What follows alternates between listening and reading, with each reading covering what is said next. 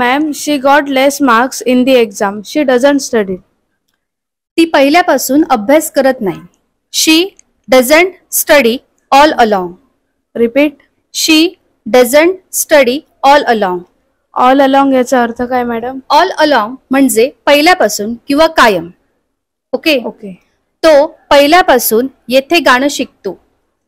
He learns song here all along. ते पहिल्यापासून खेळतात. They play all along. त्याने पहिल्यापासून गरिबांना मदत केलेली आहे. He has helped the poor all along. तिने UPSC परीक्षेची पहिल्यापासून तयारी केलेली होती. She had prepared the UPSC exam all along. आता एक वाक्य तुमच्यासाठी. आम्ही पहिल्यापासून तेथे भेट देत आहोत. याचं उत्तर तुम्ही नक्कीच कॉमेंट करून सांगाल.